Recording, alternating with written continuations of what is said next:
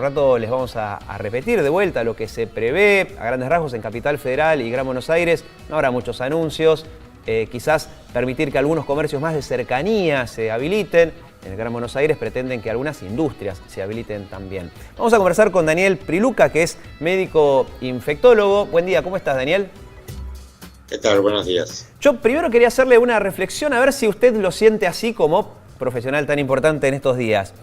Da la sensación que, hablando de esta parte económica, ¿no?, que yo recién nombré en la introducción, los médicos infectólogos, aquellos que asesoran al gobierno y aquellos que no, y que todo el tiempo nos informan a los ciudadanos, están casi transitando el rol de héroes, porque en su momento realmente nos ayudaron muchísimo y nos siguen ayudando, a villanos, porque a veces los colocamos, no sé si los medios, la gente o todos, en el lugar de déjame trabajar, por favor. No sé si usted siente algo de eso.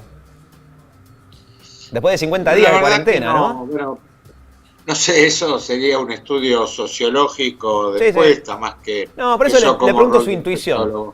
Pero yo creo que en la mayoría, bueno, también es cierto que yo me manejo en un medio básicamente de personal de salud. Claro. Porque al no haber encuentros sociales, lo que siento es que hay algunas personas que se empiezan a preguntar cómo salir y hasta cuándo, por la situación económica. Pero yo lo que estoy tratando de decir a aquellos grupos de amigos es que también es una falsa disyuntiva, porque la verdad es que los países que intentaron vías de cuarentenas más suaves o de no cuarentenas, también pasaron a tener crisis económicas terribles. En Brasil la crisis económica también existe. Lo que yo le decía a algunos amigos, supongamos que abrimos restaurantes y bares, ¿cuánta gente está dispuesta, si se empiezan a disparar los casos, a ir a sentarse a un restaurante, a un bar, como hacía hasta hace 2 meses y medio? Si una empresa tiene el 20% de su personal enfermo, ¿va a continuar trabajando o va a poder sostener su ritmo de producción y su propio personal va a querer ir si el virus está circulando en esa proporción? Entonces, son falsas disyuntivas. Estados Unidos intentó otras vías, tiene más de 30 millones de pedidos de desempleo, de subsidios por desempleo, con lo cual eso es llevar a una falsa disyuntiva. El desafío es ver qué actividades se pueden ir liberando con idas y vueltas de acuerdo a la situación epidemiológica, que no implica que se hayan cometido errores. Claro. Entonces, me parece que en ese sentido hay que pensarlo y creo que es lo que la mayoría de la gente está pensando. Está claro, muy bien. Sí, quería trasladarle esta inquietud porque... insisto, mucha gente, estoy convencido, ¿no?, que nos está mirando por la tele en este momento y dice, otro infectólogo. Entonces me parecía interesante, ¿se entiende?, darle esta posibilidad, y la explicación que dio, la verdad que cierra por todos los costados. Ahora, Daniel, nosotros también lo convocamos porque queremos verle también la vuelta positiva a este asunto, y comparando la actual pandemia con otros hechos similares que hubo en el mundo. Mire, hicimos un resumen que nos interesa compartir con usted de qué cuestiones positivas quedaron después de un hecho tan terrible como una pandemia. No sé si ya estamos en condiciones de verlo. Sí, ahí está. Fíjense, la fiebre amarilla, ¿no?, en los fines del siglo XIX. A partir de ahí, los vecinos abandonaron la zona céntrica de la ciudad de Buenos Aires, se multiplicaron las redes de agua y cloacas, hablamos de nuestra ciudad, se limitó la cantidad de residentes en los conventillos. Todas cosas positivas que dejó un hecho tan terrible como la fiebre amarilla. Tenemos otro ejemplo más. En la década del 50, la poliomielitis, el desarrollo de hospitales específicos de enfermedades respiratorias dejó esto, que después atendieron a otros casos distintos a la polio. Aparecieron los pulmotores como ayuda mecánica, se sistematizó la vacunación masiva. Increíble que hoy haya todavía movimientos antivacunas, ¿no? Pero ese es otro tema. Después de lo que pasó con el SIDA, el virus del VIH, se popularizó el uso del preservativo, que vino muy bien, y después de... la epidemia de cólera que hubo en la década del 90, aumentó la red de agua potable, se popularizó el uso de lavandina y agua para el lavado de frutas y verduras. Las famosas 2 gotitas por litro, bueno, eso sigue hasta el día de hoy. Bueno, ahí tenemos ejemplos de cosas positivas que vinieron después de epidemias. ¿Qué nos puede dejar de positivo lo que estamos viviendo hoy, doctor? Bueno, yo ya hace poco escribí una nota que tomaba este tema en un medio periodístico que me lo pidió, y la verdad que acá me parece que el gran desafío que se nos plantea es repensar estas megaciudades que tenemos.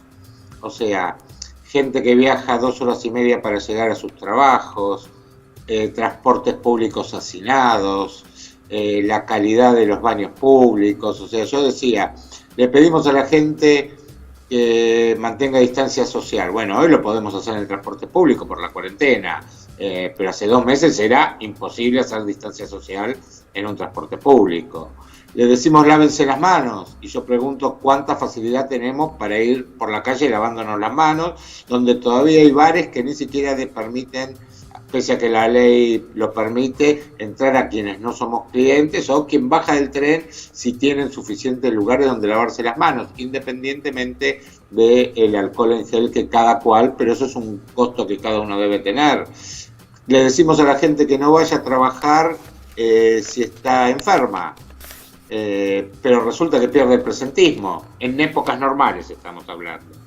Claro. O si es un jornalero que trabaja en negro, pierde el día completo de trabajo. O si durante 3 días tiene una febrícula y una tos que él se siente como para ir a trabajar y no va a trabajar para no contagiar a su compañero de trabajo, va a perder 3 días de trabajo. Claro. Y eso por ahí no lo puede sostener económicamente. Entonces, acá hay que replantear un montón de situaciones sociales y económicas que exceden, obviamente, mi función de infectólogo. Claro. Pero la verdad es que las medidas que nosotros proponemos solamente son sostenibles con cuarentena. En la vida real que había hasta el 10 de marzo de este año, eran imposibles de cumplir. Claro, sí, estoy pensando en el teletrabajo, por ejemplo, muchos dueños de empresas descubrieron que había gente que podía trabajar igual o incluso mejor desde su casa y sin necesidad de estar de manera presencial en las oficinas o el home banking. Mucha gente ahora se tuvo que bancarizar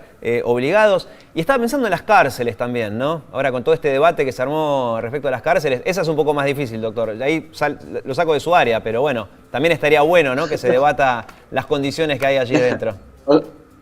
Hay un artículo que se publicó hace poco, un comentario en el Lancet, que es una de las revistas médicas más importantes del mundo, que analiza este problema en el mundo, no en Argentina. Claro. Creo que ni nos nombra, pero, a ver, sí, evidentemente las cárceles como lugares de hacinamiento, y en algunos países del mundo es peor incluso que acá, desde el punto de vista sanitario no se pueden sostener. Claro, claro.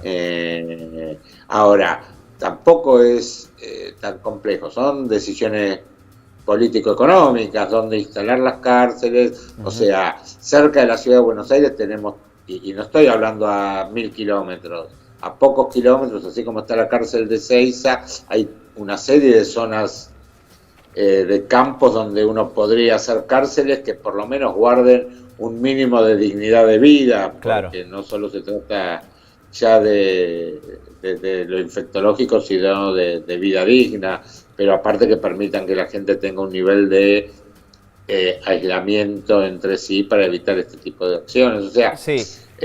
Sí, lo interesante sería que aprendamos y empecemos a discutir todas estas cosas. Claro que sí. Y doctor, sacándola del área de las cárceles, ¿no?, que comparto plenamente lo que está diciendo.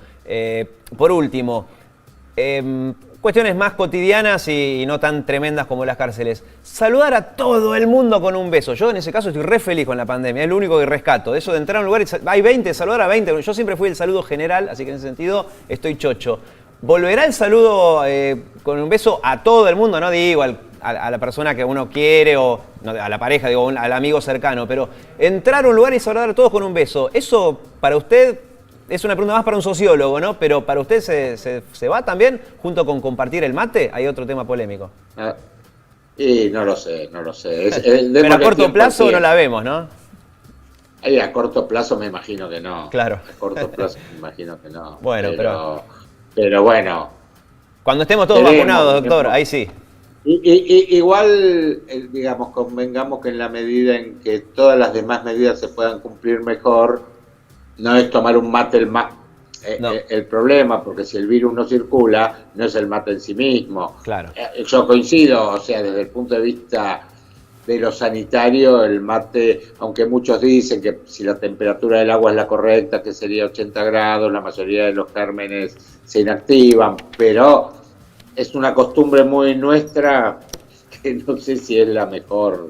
En eso están contentos los infectólogos. No, está bien, pero sí, se entiende, se entiende. Básicamente nos va a dejar algo positivo esta pandemia. Nos enfermaremos menos si es que seguimos respetando todo esto que hemos aprendido forzados por la situación en un curso acelerado de 2 meses. Así que queríamos resaltar eso también, doctor. Ojalá, yo creo que eso depende mucho de algunos niveles políticos y de decisiones que a veces nos exceden. Todos sabemos que hay un cambio climático en el mundo, que hay problemas y sin embargo, y los vivimos diariamente, y sin embargo hay algunos dirigentes del mundo que niegan la realidad, que son los mismos que negaron la realidad del coronavirus, por lo menos al principio, donde priorizan solo lo económico, y esto es lo mismo. Claro. Si yo voy a priorizar lo económico, voy a seguir diciéndole a mi empleado enfermo que siga viniendo a trabajar porque si no pierde el presentismo.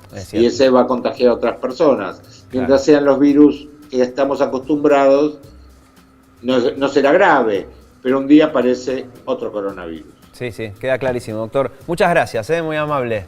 Gracias a ustedes, que tengan buen día. Igualmente, bueno, es de siempre, ¿no? A ver cuánto nos dura el susto, sería, ¿no? En resumen, esperemos que esto sirva. Hablando de salud, fíjense lo que dice una enfermera en Nueva York, no es